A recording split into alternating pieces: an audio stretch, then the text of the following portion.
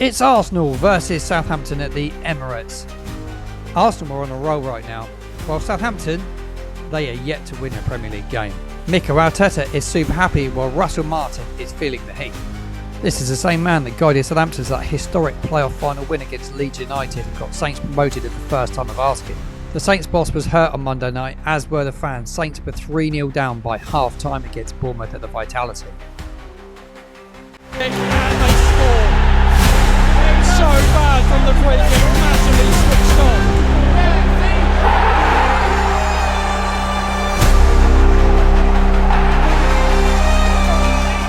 on. Martin was fuming post-match. I didn't recognise our team.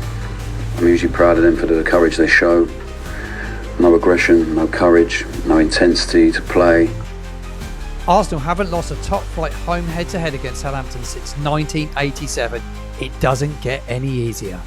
Welcome back to the channel. Thank you for joining me. My name is Martin Sanders and I'm here with a pre-match preview ahead of our trip tomorrow to the Emirates to take on Arsenal in the Premier League. It doesn't get any easier, does it, for Southampton? Well, it was a tough night on Monday. You can check out the matchday vlog on the channel now. If you haven't done so already, go take a look. You can get a little bit of a glimpse inside the fan base, which was pretty toxic by the end of the game at the Vitality Stadium on Monday night. It was a tough one to take. Russell fumed in that press conference afterwards, but he calmed down a little bit in his press conference yesterday, and he said he was proud of his players for the performance in the second half against Bournemouth, said Russell. Well, just needed to run and work hard. If they'd done that in the first half, we might not have got absolutely smashed. I wouldn't say I was proud of any single one of our players on Monday night. I thought they were all pretty poor, to be honest. A bit of a final thoughts on Monday night, really, before we go into the Arsenal game. This is going to be quite a short video. It's not going to be a long-winded match preview. I'm going to be doing Premier League predictions later on today, live here on the channel. So if you want to tune in for Premier League predictions, I'll be joined by Jimmy Cheese this evening here on the Football Martin channel, and we're going to preview all the games and have another look at this game, and I want to get his thoughts as a Southampton fan. But some final thoughts on that game on Monday was I still don't get over the team lineup. I watched Total Saints podcast and I totally agree with what Glenn Delacour was saying, really. You may as well not play with a goalkeeper if you're not going to play without a number 9. That's it at this level. For a team like Southampton that need goals, that are fighting to stay in the Premier League, you need to get the ball back to front quicker. We don't do it, but it's hard to do that when you don't have somebody to hold the ball up. And I think that is a major issue. Ross Stewart is still coming back from injury. From the press conference he had yesterday, he's pretty much saying he's still not ready to start. And he thinks it'd be a big ask to start him at the Emirates tomorrow. I still think he needs to find someone that's got more of a physicality about him than Cameron Archer, in my opinion. We really miss Shay Adams. Get in the comments box below. Everyone turned their nose up at Shay Adams, but he was developing into a really class individual. And his performances over in Torino probably show that. I've said that a lot on a lot of shows I've been on, that I think we really miss that physicality, that strong number 9 that can drop in and bring in the wide players. I really miss Adam Armstrong playing like he did last season. I really think everyone's like, oh, he's not good enough for the Premier League. What's saying he's not good enough for the Premier League? He's not played in the position that he played in last season with a player that was instrumental to how he played last season. Write him off all you like, Saints fans, but I still actually think he will offer something to this team. And Russell said that in the press conference yesterday. With more of a physical striker up front, you can bring him into play. You can bring Fraser if you play Fraser, or Dibbling. You can get us up the field. We can't get out when we don't have someone to hold the ball, and that's been one of the biggest issues all season for me. He spoke about Paul Onuachu, actually, in the press conference, which I'll come on to in a minute. But not playing that striker Monday night in the first half was suicidal, in my opinion. It was an absolute disaster waiting to happen. But the work rate from the midfielders around Flynn Downs really alarmed me. Flynn Downs, I don't think he had massive discipline in his performance, actually. I've watched Monday Night Football back. He's on the edge of their box. He's box to box, but he just needs to play in the 6 and hold and let the other 2 go. So it's a total lack of organisation. We get caught out on the second goal is when he's right up the field. We need him sitting, playing in that number 6, surely, in front of the back 4. There's question marks over the way the back 4 are playing, of course. The goalkeeper's outstanding. I think he's brilliant. I'm still not convinced by the two centre-backs, in my opinion. I like Harwood Bellis, but I still think he's adapting to the Premier League. Bednarek I like, but I don't know. He's fouled at this level before. I have some question marks over some of his performance every night. I like him, but is Armel Bella-Kotchap a better option? Get in the comments box below, give me your thoughts. I still think we should be looking at a man we're paying money for. I know there's talk, and we spoke about, is his attitude right off the field? Russell sees him day in, day out, so you've got to trust the manager's judgment. But results are not going right, and if results are not going right, you surely have to look around the squad. Yeah, final thoughts on Monday night were it just wasn't good enough from the get-go, really. Even with the first 20 minutes, I've watched Monday Night Football back. I've actually watched the whole of the Monday Night Show, which was absolutely magnificent, by the way.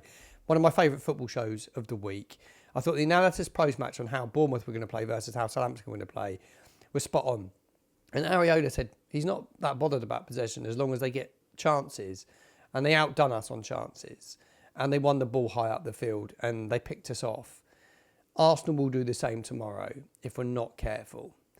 But yeah, it was a recipe for goals. I said it before, and it was because the way Areola goes about business, and a lot of teams will look at that and say, well, we're playing Russell Martin Southampton. All you need to do is press them, and then we'll give you opportunities, because we do. And why we play this system in the Premier League, and the way we play slow, not quick, don't move through the lines quick enough, we will concede goals. It's just as simple as that. Can Russell adapt it now to tweak it, to try and make it less fragile and concede less goals? I don't know. But it's a big one tomorrow at Arsenal. Let's come on to that game against Arsenal tomorrow, because the statistics around it are not great. Let's be honest, we've not had a great record against Arsenal. I'll give you all that in a minute. Arsenal are on that roll at the moment after beating PSG 2-0 midweek in the Champions League. Mikel Arteta, as I said at the top of the show, is very, very happy right now. Good result for them against Leicester City last weekend as well, coming from behind and winning the game. They were just so strong late in the game. And that result up at Man City as well, walking away with that point like they did. They dug in deep. They've put themselves in a really good position in the league. I think they will probably go on and probably win the league this time around. I actually believe that they're the side that will do it. I think that midfield, Martinelli, Saka, Odegaard. I know he's injured, Odegaard, tomorrow, but they're such a strong outfit. And they will cause us loads of problems. Jesus is due a goal, isn't he? Bound to score it against us. Let's look at the statistics around it. Arsenal haven't lost a home head-to-head against Southampton since 1987. Great. Won 19, drew 9, and they have an active 40-match unbeaten run against promoted sides at the Emirates Stadium. Won 35 and drawn 5. Means the home team will be very, very confident going into this one. Though they're confident, the pressure's off us. And I said this when I went on a show this week with Darren Bent. It was an Arsenal show for TalkSport. And I said, for us, though we're under pressure to get results, we're not in this game, because we all expect us to get beaten. I'm going to the Emirates tomorrow. Matchday vlog will be on the channel with a load of fan cam tomorrow as well. And I think we all expect to get beaten tomorrow. I don't think any of us think we're going to win. So that may just give us the freedom to play. It may. It did last time we went there. We weren't expected to do anything at Arsenal last season. And we dented their title challenge last time round, the season before last. Theo Walcott, Charlie Alcaraz, unbelievable on the night, picked up those pockets. And they terrorised Aaron Ramsdale, who was in goal for Arsenal that night. Obviously, we know we're well up against it. Yet to register a win, just a 1 point on the board. And we obviously have suffered another defeat. And another defeat is always hard to take. But you just never know. Players to watch out for. Arsenal, we know. Trossard's in really good form at the moment. He returned from suspension with goal direct contributions in each of his last 2 games. He's got 1 goal, 1 assist already since he's come back from that suspension. Taylor Harwood-Bellis will have a tough day tomorrow against their attack, that's for sure. He was probably Southampton's standout player from Monday night. He got the goal and was wearing the shirt with pride and passion, and that's all you can ask for from a player is to want to wear it to first and foremost. And yeah, he got the goal, and and grabbing the badge afterwards, kissing it, all that stuff. So obviously it means the world to him, and it would have hurt the other night. Looking back at his press conference yesterday, so we'll look around team selection. This is kind of probably where it will get interesting tomorrow. Is what will Martin do? What will he do with the starting 11 tomorrow? I think he's got some big decisions to obviously make. I think Leslie Ogachukwu will definitely look out. He was lacklustre in midweek, didn't really give enough for me. He will drop out for Joe Aribo. He praised Joe Aribo's performance in the second half. So Aribo comes in. I want your thoughts in the comments box below. Who starts for Saints? But for me, he will come in. I think Adam Armstrong will come back into the side somewhere. I believe that he will bring him into the side. I don't think Ryan Fraser will start. Thought he had a bit of a tough night the other night. Whether he's ready to start games at the moment, I think that he may mix it up. It's where he plays Dibbling, or I think he will play Dibbling. But Dibbling won't play as a 9, that's for sure. And that will be the key. Will Archer play up front at the Emirates, or will he throw an absolute curveball and throw Inuachu in? I actually believe he may give... Inuachu will get on tomorrow. He spoke about him in the press conference. He said he's trained like a beast. He's been working really hard, and he can't fault his attitude. Onuachu, I said this on the Talk Sport show went on, has scored all around Europe. Yeah, you'll say to me, oh, Martin, but he scored in lesser leagues and not the Premier League. I'm well aware of that. I think we're all well aware of that. But surely when you're not scoring goals, he has to be looked at. He's a target man, he's physical and he's strong.